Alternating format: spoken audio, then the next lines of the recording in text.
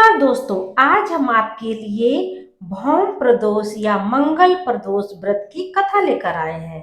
लेकिन कथा सुनने से पहले आइए पहले हम ये जानते हैं कि प्रदोष को प्रदोष क्यों कहा जाता है। इसके पीछे भी एक कथा जुड़ी हुई है। संक्षेप में यह है कि चंद्र को क्षय रोग था, जिसके चलते उसे मृत्यु तुल्य कष्ट हो रहा था। भगवान शिव ने उस दोष का निवारण कर उन्हें त्रयोदशी के दिन पुनः जीवन प्रदान किया था। अतः इसीलिए इस दिन को प्रदोष कहा जाने लगा। भौम प्रदोष की कथा हनुमान जी से जुड़ी हुई है।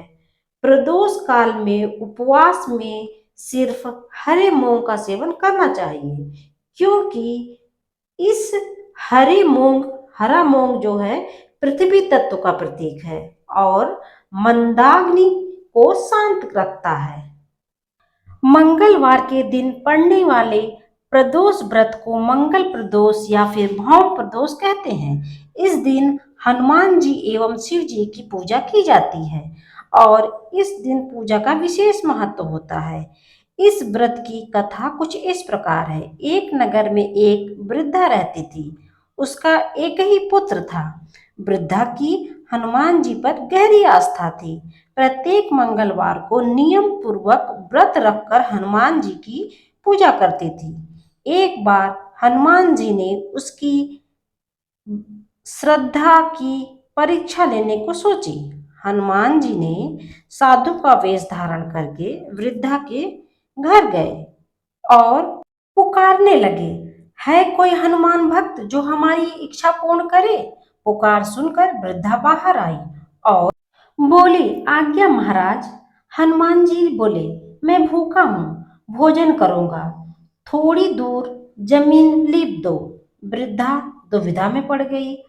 अंततः हाथ जोड़कर बोली, महाराज, लीपने और मिट्टी खोदने के अतिरिक्त आप दूसरी कोई आज्ञा दें, मैं अवश्य पूर्ण करूंगी। साधु ने 3 बार प्रतिज्ञा कराने के बाद कहा, तू अपने बेटे को बुला, मैं उसकी पीठ पर आग जलाकर भोजन बनाऊंगी।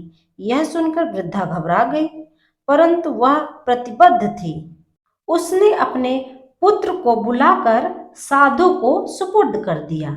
वेशधारी साधु यानी हनुमान जी ने वृद्धा के हाथों से ही उसके पुत्र को पेट के बल लिटवाया और उसकी पीठ पर आग जलवाई। आग जलाकर दुखी मन से वृद्धा अपने घर में चली गई। इधर भोजन बनाकर साधु ने वृद्धा को बुलाकर कहा, तुम अपने पुत्र को पुकारो ताकि वह भी आकर भोग लगा ले। इस पर वृद्धा बोली, उसका नाम लेकर मुझे और कष्ट न पहुंचाइए। लेकिन जब महाराज नहीं माने तो वृद्धा ने अपने पुत्र को आवाज लगाई। अपने पुत्र को जीवित देखकर उसे बहुत आश्चर्य हुआ और वह साधु के चरणों में गिर पड़ी।